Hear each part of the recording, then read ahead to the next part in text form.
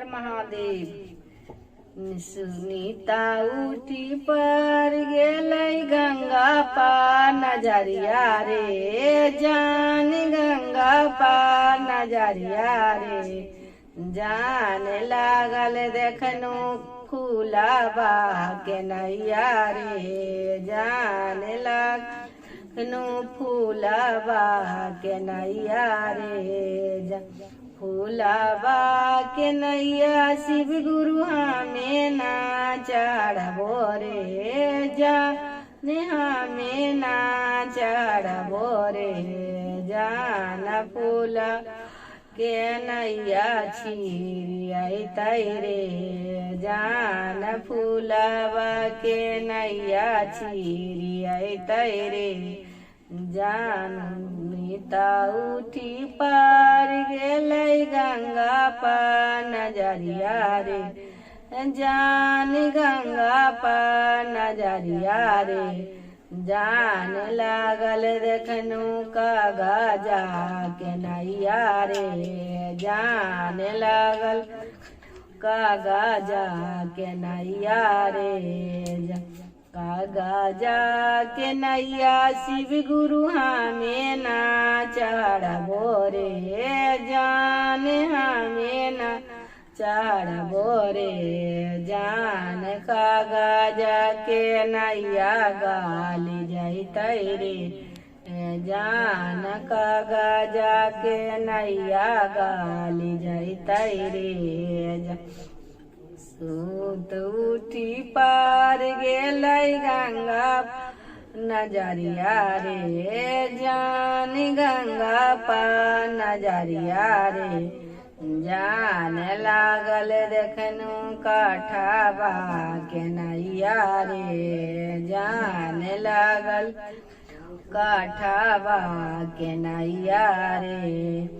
जान काठबा के नैया शिव गुरु हमें ना चढ़बो रे, जान हमें ना चढ़बो रे। जान काठा के नैया भासी जैतै रे, जान काठबा के नैया भासी जैतै रे।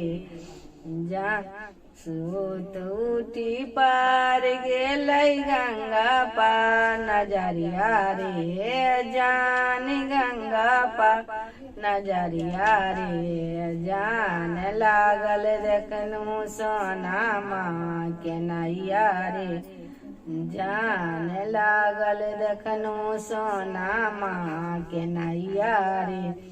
सोनामा के नैया शिव गुरु हमहु चढ़बो रे, जान हमहु चढ़बो रे।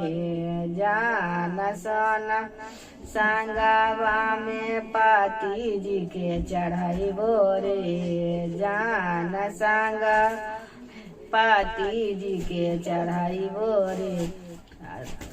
तो हरियो पाती के शिशिया दारू के पिबैया रे, जान दारू के पिबैया रे। जान बीचे रे जाबू न मानैया डूबतो रे, जान बीचे रे जाबू न मानैया डूबतो रे। हमारियो पाती जी शिव गुरु दारू के पिबैया रे, जान दारू के पिबैया रे। जान उना के कामैया शिव चर्चा कैलिया रे, जान पाती के कामैया शिव चर्चा कैलिया रे। जान उना के कामैया चारो धाम कैलिया रे, जान के कामैया साधु संजा मैलिया रे। जान उना कामैया चारो धाम कैलिया रे, जान उना कामैया चर्चा कैलिया रे। जान उना कामैया साधु संजा मैलिया रे, जान के कामैया चर्चा कैली रे आपनो जे तरने गे शिष्या पाती जी के तरल हो रे जान पाती जी के तरल हो रे जान तारी रे देला कुला पारी बरबारे जान तारी लाकुला पारी बरबारे। हर हर महादेव। जय गुरुदेव मैया पार्वती।